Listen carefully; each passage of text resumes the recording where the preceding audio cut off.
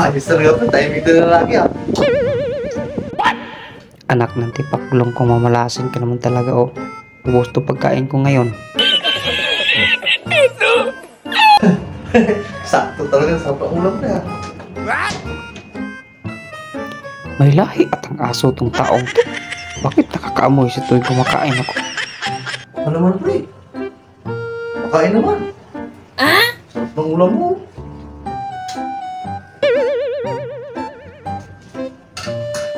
Kakain ka, pre? Oo pre. Sarap ng ulam mo eh. Ang plato pre.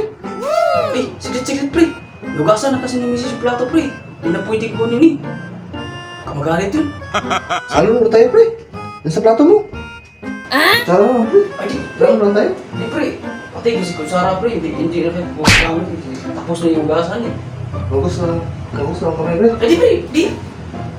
Yung kripo kasi, nilak na yan. Wala na kasi tagas yan eh. Yung sa plato na lang pre. Yung sandok lang gamitin ko. Eh, pre. Sakto lang kasi yung pagkain namin tinok, pre. Oh. Sa asawa ko at anak ko. Ano mo? Hindi lang yan, oh.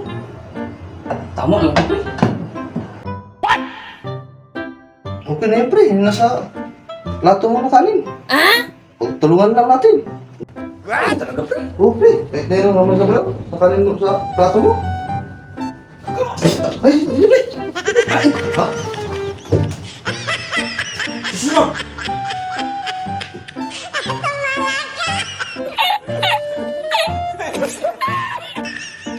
Ganang umaga pandesal. Ngayon, ubusin natin yung pagkain ko, ha?